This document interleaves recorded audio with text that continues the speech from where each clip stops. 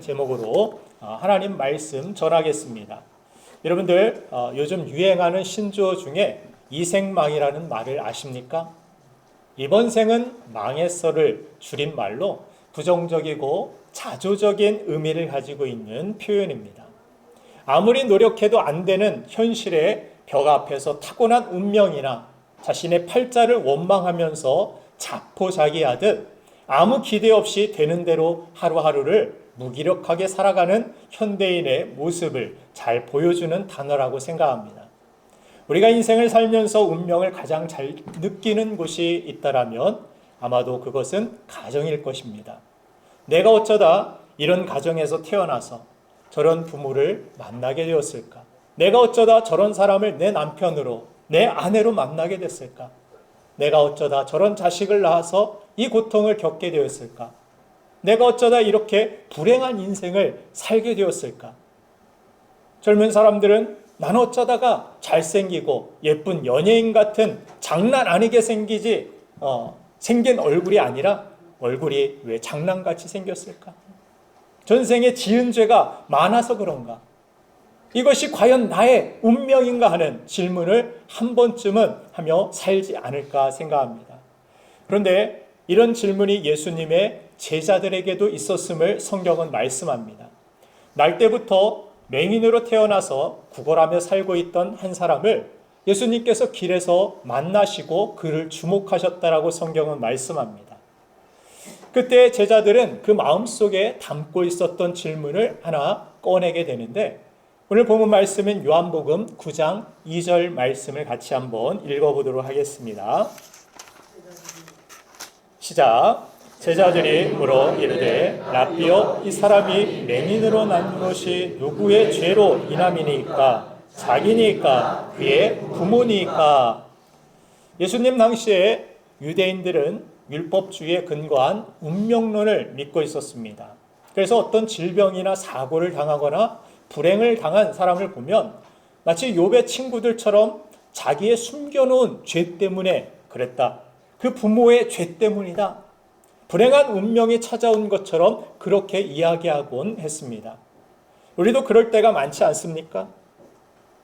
이 모든 것들이 나의 어떤 죄 때문이다, 전생의 죄 때문이다, 자, 이렇게까지 이야기하는 사람들도 종종 많이 보게 됩니다. 그러나 예수님은 이런 운명론적인 생각을 단호하게 거부하십니다. 요한복음 9장 3절에서 예수님이 이렇게 말씀하십니다. 같이 읽겠습니다. 시작. 예수께서 대답하시되 이 사람이나 그 부모의 죄로 인한 것이 아니라 그에게서 하나님이 하시는 일을 나타내고자 하심이라. 아멘. 예수님이 이렇게 말씀하시는 것입니다. 만일 불교에서 말하는 윤회나 어떤 환생이나 타고난 운명이 바꿀 수 없는 진리라면 내가 이 세상에 와서 십자가를 질 필요도 없다라는 것입니다. 너희는 한 번밖에 없는 귀중한 인생을 살아가고 있기 때문에 너희를 운명과 같이 고통과 실패의 늪으로 끌고 가는 죄와 죽음을 이기고 복된 삶, 부활의 삶을 살아갈 수 있도록 내가 세상에 십자가 지러 빛으로 온 것임을 선언하고 계시는 것입니다. 그래서 이 사람의 눈먼 것이 이 사람의 안타까운 운명으로 끝나는 이 사람의 운명이 아니라 오히려 하나님이 살아 역사하심을 보여주는 축복으로 변화될 수 있다라고 선포하고 계시는 것입니다. 실제로 맹인의 인생을 누구보다 세상을 밝히 보는 인생으로 예수님은 변화시켜 주셨습니다. 여러분들, 예수님은 나의 운명을 복되게 바꿔주실 수 있는 분이라는 사실을 믿으십니까? 오늘 예배하는 여러분들 모두가 다 끝이라고 생각하는 운명의 십자가에서도 부활의 능력으로 다시 사신 예수님을 믿음으로 운명에 체념하고 끌려다니며 고통받는 삶을 벗어나시고 운명을 극복하고 하나님의 일하심을 경험하는 믿음의 삶으로 변화되기를 주님의 이름으로 축복합니다. 아멘. 그러면 운명에 대한 이 비관된 이 질문이 여전히 우리를 괴롭히게 될 때, 우리가 믿음으로 아멘이라고 고백했지만 현실로 돌아갔을 때 여전히 이 현실은 극복할 수 없을 것 같을 때 우리가 해야 할 일이 무엇일까? 또 우리를 절망으로 끌고 가는 이 운명을 어떻게 극복해야 될 것인가? 오늘 본문은 두 가지를 설명해 주는데 그 첫 번째는 바로 더 이상 운명을 탓하지 말고 주님을 만나라는 것입니다. 예수 그리스도를 만나게 될 때 우리의 인생이 바뀌게 됨을 오늘 성경은 분명하게 보여줍니다. 이 맹인이 다른 누구가 아니라 그 앞에 바로 예수님이 서 있었고 예수님이 그를 주목하셨고 예수님을 만났기 때문에 이런 놀라운 기적의 삶으로 그의 운명이 바뀌게 됨을 말씀하고 있습니다. 성경은 분명히 온갖 좋은 것들이 빛 대신 하나님께로부터 온다라고 말씀하고 있습니다. 성경은 생명의 근원 대신 하나님이 함께하는 것이 복이라고 또한 형통이라고 분명하게 말씀하여 주십니다. 마치 요셉처럼 온갖 고난을 겪고 있어도 하나님이 그와 함께 하심에 그는 형통한 자가 되었다라고 분명히 말씀합니다.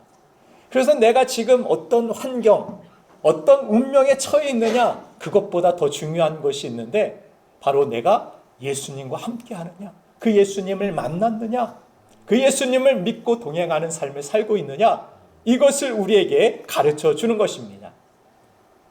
예수님을 만나는 사람들의 특징을 보면 사모함이 있습니다. 우리가 예수님을 가장 사모할 때가 언제입니까?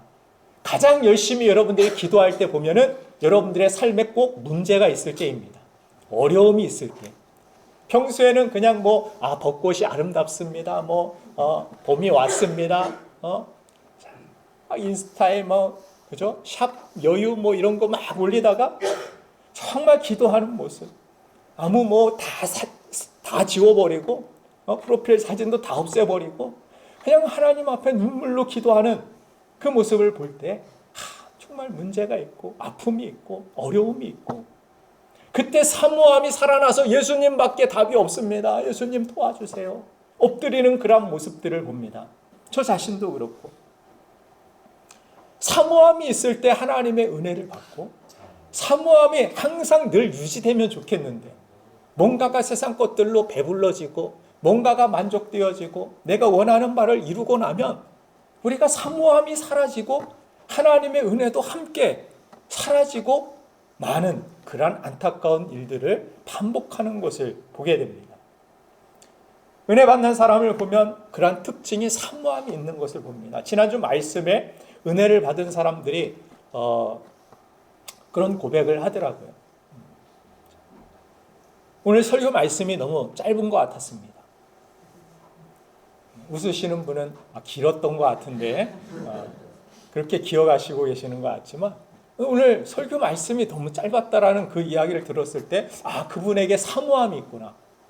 그분이 하나님의 복을 받을 그런 마음의 상태 준비가 되어 있구나. 이런 것을 제가 짐작할 수가 있었습니다.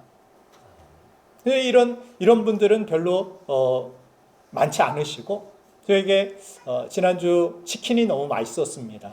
전화번호 좀 알려주세요, 목사님. 이런 분들이 더 많더라고요.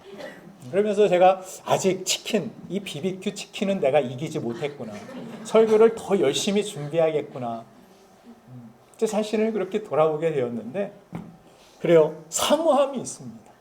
사모함. 치킨보다 하나님의 말씀을 더 사모하는 은혜가 여러분들에게 있기를 간절히 바랍니다. 아멘이 별로 없네요. 자, 아직도 치킨을 이겨야 되는데 어쨌든 하나님의 말씀을 그렇게 사모하는 가운데 간절한 어떤 일들을 우리가 할 때도 보면 시간이 아주 빨리 지나갑니다. 간절히. 아이들 보세요. 게임할 때 보면 핸드폰을 주고 1시간만 게임해. 그러면 벌써 시간이 다 지났느냐고 그렇게 원망하면서 아직 좀만 더 해야겠다라고 핸드폰을 놓치지 않으려고 하는 그런 모습을 봅니다. 그런데 원하지 않는 공부를 시키면 어때요? 하루가 천년과 같이 그냥 학교 가서 느껴지는 그런 경험들 다 있지 않습니까? 본문을 보면은 예수님이 맹인의 눈에 침을 뱉어가지고 진흙을 이겨서 눈에 바르는 모습이 기록되고 있습니다. 그리고 실로암 못에 가서 씻고 오라 예수님이 말씀하시죠. 제가 만약 여러분들이 어디 아프다고 하면 침 뱉어가지고 거의 진흙 가지고 와서 마치 막 진흙구이 오리처럼 막 얼굴에다 이렇게 팩을 해드리면 더러워서 못 나올 거예요. 왜 그러십니까 목사님? 정신 어떻게 된 거 아닙니까? 거부할 것입니다. 그런데 이 맹인은 아무 소리 안 하고 예수님이 하시는 대로 지푸라기라도 잡는 어떤 간절한 마음으로 예수님 말씀 그대로 따릅니다.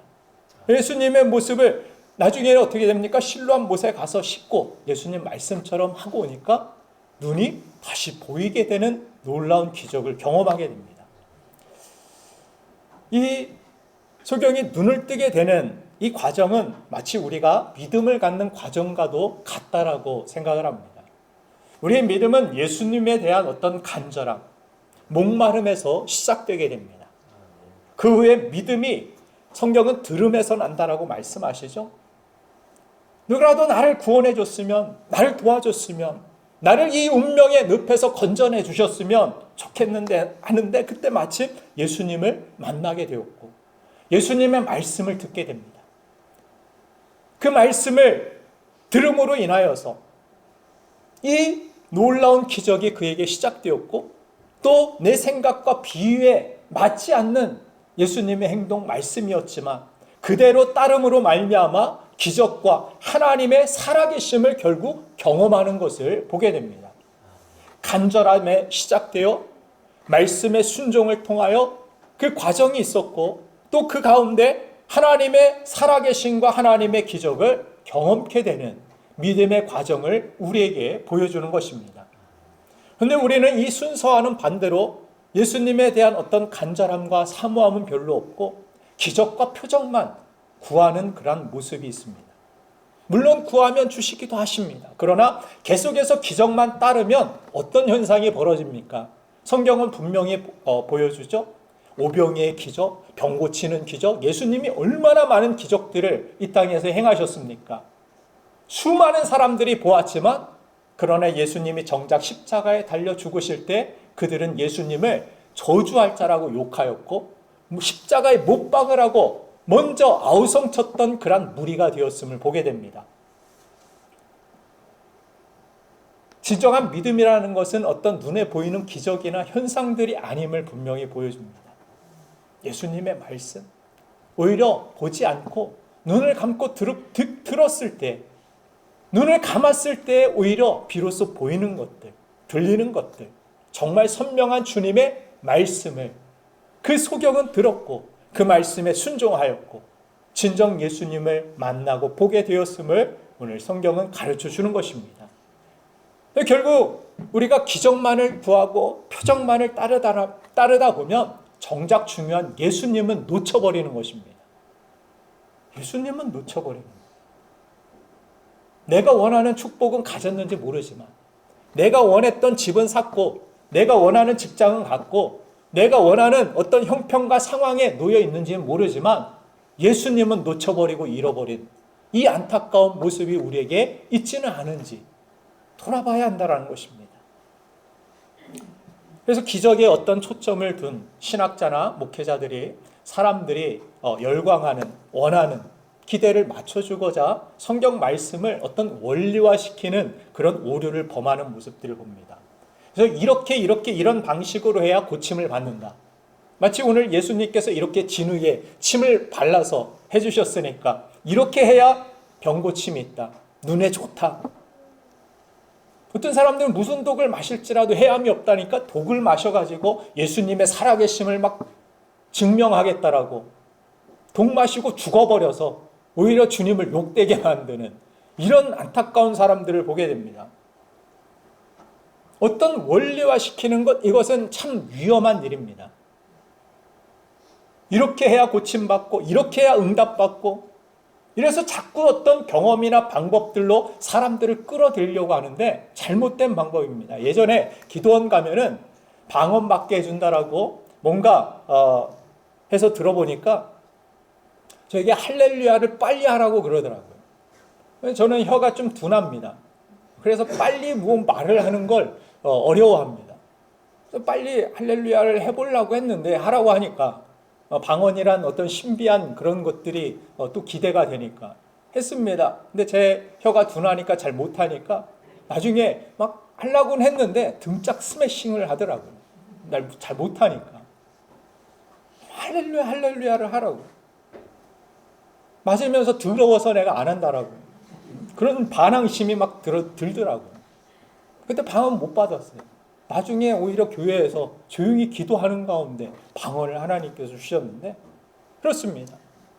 어떤 데서는 코카콜라를 빨리 하라고 하는데, 성령님께서 코카콜라, 펩시는 싫어하시는지, 저랑 같이, 저도 코카콜라를 좋아하지만, 코카콜라 하면 뭐 방언이 터지고, 이런 인위적인 어떤 방법으로 하나님을 만나려고 하고 하나님을 제한하려고 하는 이런 것들은 아주 잘못된 방법이라는 것입니다. 이건 성경적이지 않은 위험한 가르침인 것입니다. 얼마 전에는 그런 메시지가 오더라고요. 어떤 분한테 자면서 악령을 쫓아내는 그런 기도법, 유튜브를 통하여서 누가 이렇게 보내줬던데, 그런 이상한 방법들을 의존하면 잘못하다가 정말 자다가 악령 만납니다. 악령 씌웁니다.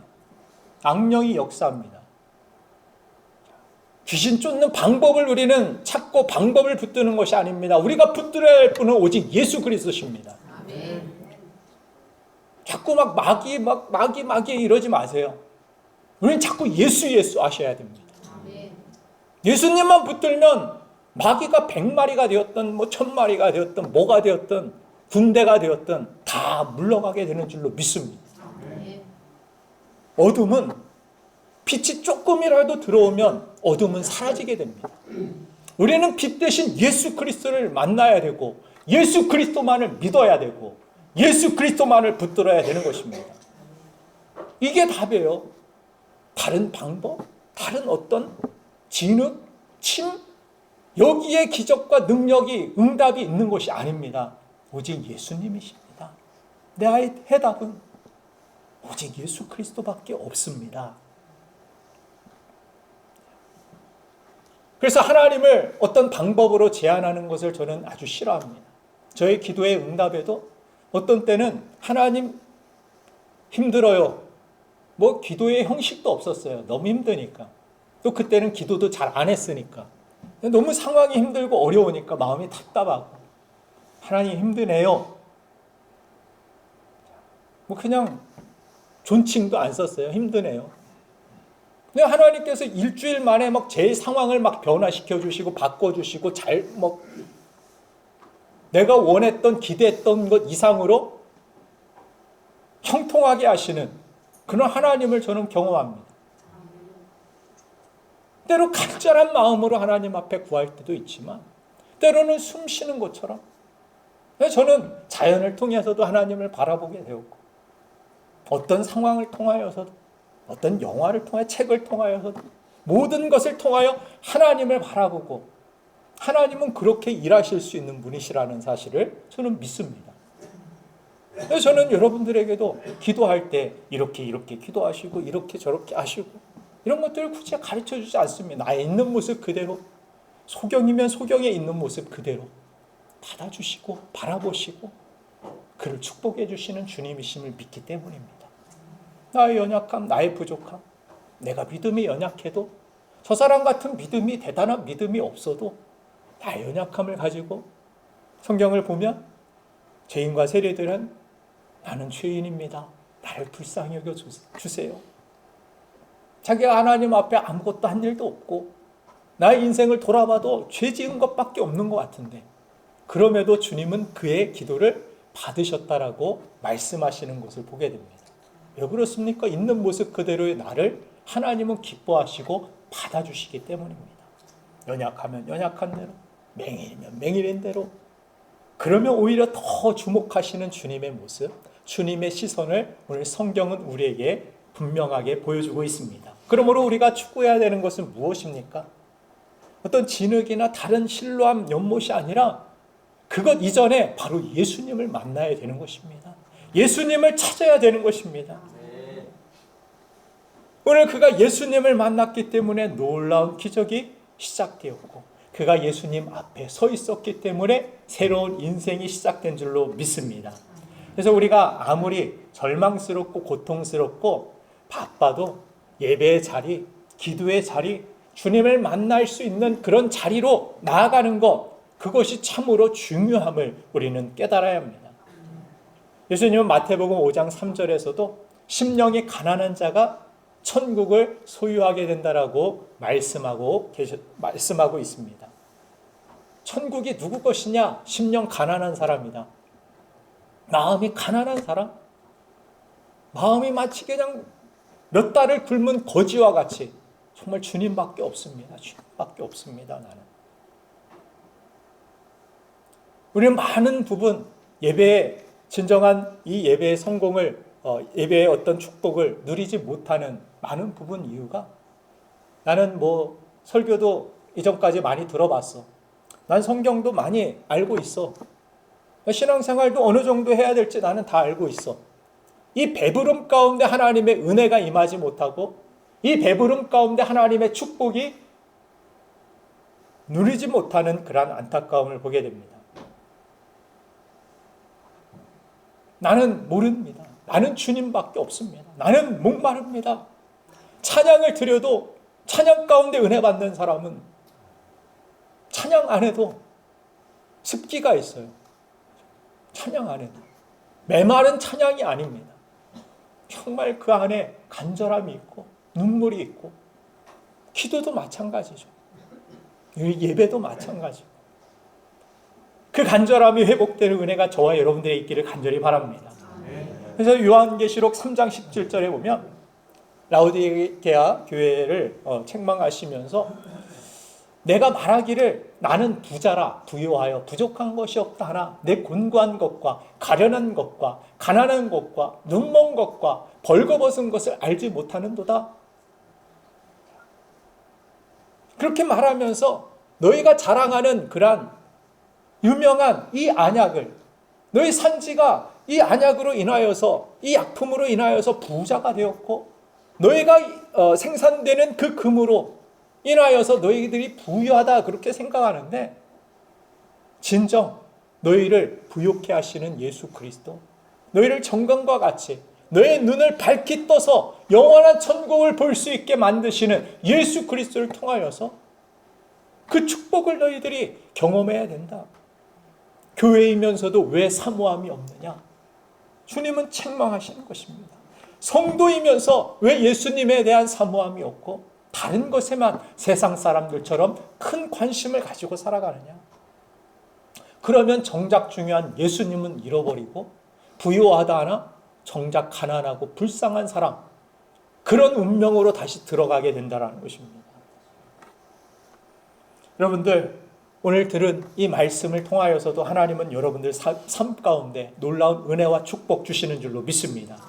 말씀은 살아 운동력 있는 하나님의 생명이기 때문에 우리가 말씀을 들으면 살아나게 될 줄로 믿습니다.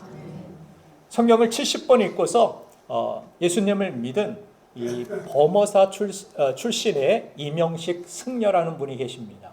이분이 부산대에서 불교 교리를 가르치셨던 교수님인데 한 번은 법당 앞에서 탑을 돌던 이 여학생 2명이 그들의 대화를 우연히 듣게 되었다고 합니다. 근데 무슨 이야기를 하냐면 친구 따라서 지난주에 교회를 갔는데 목사님이 불교는 아무리 고행, 수행 이것을 해도 자신의 죽음 문제도 해결을 못하니까 일종의 허무주의적인 철학사상이다. 구원도 없고 영생도 불교에는 없다라고 치부했다라는 것입니다. 그런 대화를 들은 이 불교학을 가르치는 교수님이 마음에 이 분노가 일어나서 내가 성경을 읽고 이 교회를 찾아가서 이 목사님과 함께 한번 단판을 지어야겠다. 그래서 주지 승려의 허락을 받아가지고 성경을 연구하기 시작합니다. 70번을 읽었는데 거기에서 진정 하나님만이 예수님만이 진리라는 사실을 그가 깨닫게 됩니다. 그리고 나서 이분이 다 집어치우고 신학교에 들어가게 됩니다. 신학교에 들어가서 예수님에 대하여 더 알길 원하고 그리고 예수님을 만나 예수님만이 구원이심을 구원이 오직 예수 그리스도 안에 있음을 전함으로 인하여서 함께 이 승려 활동을 냈던 비구니 3명을 전도하고 또 젊은 승려 여럿을 전도하게 되는 그런 일을 기적적인 일을 벌이게 됩니다. 뭐가 되어 있든 말씀 앞에 서 있으면 변화가 있다라는 것을, 말씀이 생명이기 때문입니다. 오늘 예수님께서 눈으로 보는 것보다 귀로 듣고 있었던 예수님의 말씀을 들은 이 소경의 놀라운 기적의 능력이 바로 예수님의 말씀이 그의 귀에 흘러 들어갔기 때문임을 우리는 알 수 있습니다. 말씀을 들어야 삽니다. 말씀 앞에 서 있어야 삽니다. 말씀은 곧 예수 그리스도시기 때문입니다. 여러분들 삶이 아무리 바빠도 말씀을 좀 읽으세요. 묵상하세요. 예수 그리스도, 그분이 나의 생명이심을, 나의 구원이심을 믿는 믿음으로 하나님의 말씀을 여러분들 대하시고 그 말씀 앞에 서면 반드시 여러분들의 인생도 운명도 바뀌게 될 줄로 믿습니다. 사랑하는 여러분들, 우리에게 드리워진 그러한 운명의 벽을 넘어서길 원하신다라면 더 이상 운명을 탓하지 말고 우리를 고치시고 우리를 변화시켜 주실 주님을 찾고 주님을 만나는 우리 모두가 되기를 간절히 축원합니다. 두 번째, 우리를 절망케 하는 운명을 극복하기 위해서는 새로운 운명을 맞이한 사람답게 새로운 삶을 살아야 합니다. 우리는 새로운 삶을 향하여 나아가야 됩니다. 예수님께서 이 소경을 변화시켜 주신 데는 하나님이 하실 일이 있다라고 선언하시는 것을 성경은 기록하고 있습니다.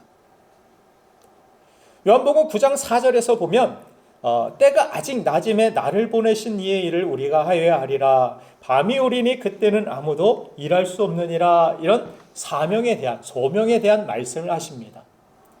맹인을 앞에 두고 예수님 자신의 이 당신의 소명에 대한 말씀을 하십니다. 무슨 이야기를 하고 싶으신 것입니까?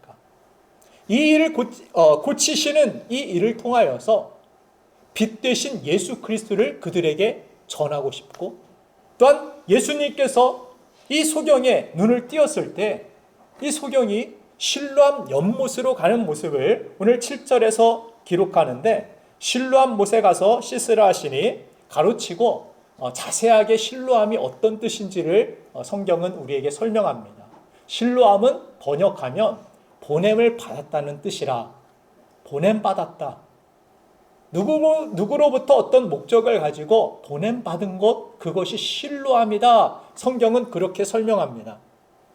예수님이 이 땅에 십자가의 사명을 가지고 아버지의 뜻, 하나님의 뜻을 가지고 보냄을 받은 것 같이 그저 예수님께서 이 소경의 눈만을 띄워주고 그냥 건강 회복시켜주는 의사로서 그의 인생에게 찾아오신 것이 아니라 그를 보내셨다라는 것입니다. 그 실로암 모습으로 주님이 주시는 사명과 함께 그 축복을 같이 주셨다라는 것입니다. 나를 구원하신 하나님, 이 구원은 우리가 값없이 받았다고 아무렇게나 그냥 값 없는 것으로, 가치 없는 것으로 여겨서는 안 됩니다. 이 놀라운 구원의 은혜를 주시기 위하여 예수님은 죽기까지 십자가에서 고통을 받으시고 피 흘리시고 우리를 위하여서 죽으셨습니다. 그 주님이 우리를 그렇게 택하시고 구원하신 데에는 내가 잘나서 내가 다른 사람보다 뛰어나서가 아닙니다. 값없이 그 은혜를 주셨습니다. 그리고 그 은혜를 값없이 주시고 주님은 말씀하시는 것입니다. 너희가 값없이 받았으니 값없이 그 은혜를 전해주어라. 값없이 우리를 통하여 그 은혜를 다른 사람들에게 나눠주시기 위하여 우리를 먼저 택하시고 불러주셨다라는 것입니다. 주님이 부르셨을 뿐만이 아니라 우리를 실로암으로 보내셨습니다. 우리는 이 세상에 부르심 받은 자뿐만이 아니라 보냄을 받은 자입니다. 여러분들을 통하여서 누군가 실로암 못으로 왔을 때 그 은혜를 경험할 수 있는 축복의 통로로 우리를 불러주신 것입니다. 그저 눈 떠서 너 혼자 잘 먹고 잘 살아라. 눈 뜨고 그냥 앞을 편리하게 다녀라. 이런 목적으로 주님이 주신 축복이 아니라는 것입니다. 아직도 눈은 떴지만 주님을 보지 못하는 그들에게, 눈은 뜨고 있지만 눈 뜨지 못한 그 소경보다 더 보지 못하는 그들을 위하여서 축복의 통로가 되어 주어라.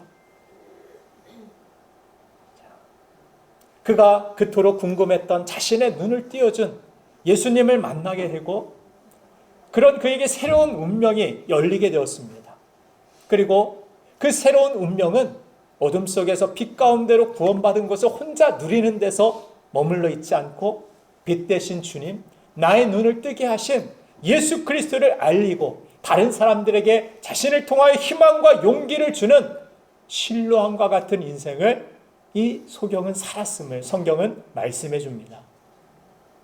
실제로 맹인이 고침을 받았으면 사람들이 즐거워하고 좋아해야 되는데 시기하는 무리들이 예수님을 오히려 공격하려고 모여듭니다. 요한복음 쭉 9장 후반절 읽어보면 25절에 맹인이 이렇게 몰려드는 무리에게 가로막고 그런 이야기를 합니다. 같이 한번 읽겠습니다. 시작.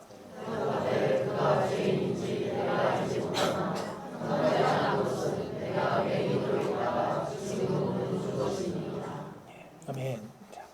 내가 맹인으로 있다가 내가 다른 거 잘 모르지만 지금 보는 그분, 나를 눈뜨게 하신 그분, 진정 메시아의 예언처럼 이 땅에 오셔서 눈먼 자를 보게 하시고 가난한 자를 부욕케 하시고 우리에게 생명을 주신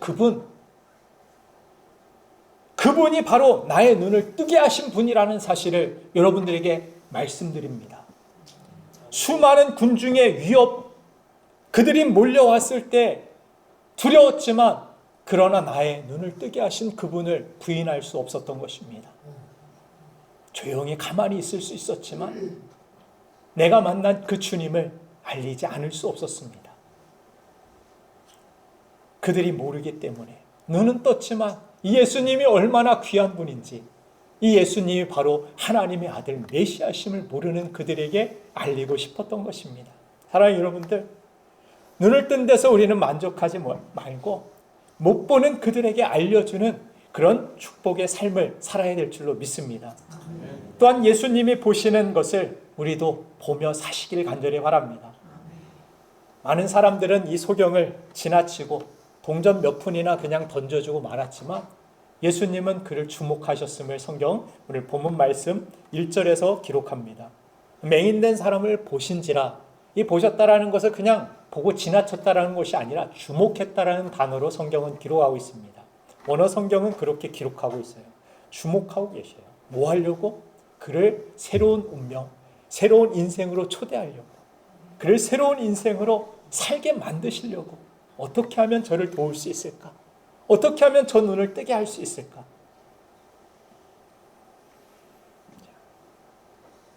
아까 우리 함 집사님도 그렇게 기도하셨지만 이제는 주님이 원하시는 것이 무엇인지를 알길 원하고 그런 삶을 내가 살길 원하고, 사람들은 양 100마리가 있으면 많은 물량 99마리에 그거 지키고 그거 바라보고 그거에 주목하고 있지만 예수님의 시선은 한 마리 잃은 양을 바라보고 계시고 그 양을 건지시길 원하시고 살리시길 원하시는 예수님의 시선, 이 시선을 우리가 안다라면 예수님이 바라보는 것을 우리도 함께 볼 수 있는 그런 시선이 있어야 되지 않겠습니까? 나는 이거 잃어버려서, 아이 잃어버려가지고 놀이공원에서 막 마음이 아픈데, 나는 사람들이 자이로드로 그거 좋아하니까, 요즘 팬다 뭐예요 이름? 푸바오 좋아하니까 푸바오, 내 시선은 오직 푸바오가 떠나면 막 눈물을 막 흘리고, 어린 아이를 잃어버려가지고 다른 부모가 울든지 말든지 나는 관심도 없고, 이게 우리의 현실, 우리의 마음 아닙니까? 우리가 하나님께서 새로운 운명으로 초청하시고 우리를 새롭게 하셨다라면, 우리를 구원해 주셨다라면, 우리의 눈을 뜨게 하셨다라면, 그 예수님을 만나게 하셨다라면 이제는 다른 누구를 위하여서 예수님이 아직도 보지 못하는 그들을 주목하고 계시기 때문에 나도 그들을 주목할 수 있어야 되고, 그렇게 살아가게 될 때 나를 통한 하나님의 일이, 하나님의 뜻이 이루어지는 영광이 저와 여러분들의 삶을 통하여 이루어지게 될 줄로 믿습니다. 그저 눈뜬 데 만족하지 마시고 아직도 보지 못하는 그들의 아픔과 그 고통과 그 슬픔을 같이 공감하시고 그들과 함께 하신 그 주님의 모습처럼 저와 여러분들의 삶을 통하여 놀라운 하나님의 구원의 역사와 뜻이 이루어지기를 주님의 이름으로 축원합니다. 시간 우리 함께 잠시 기도하는 시간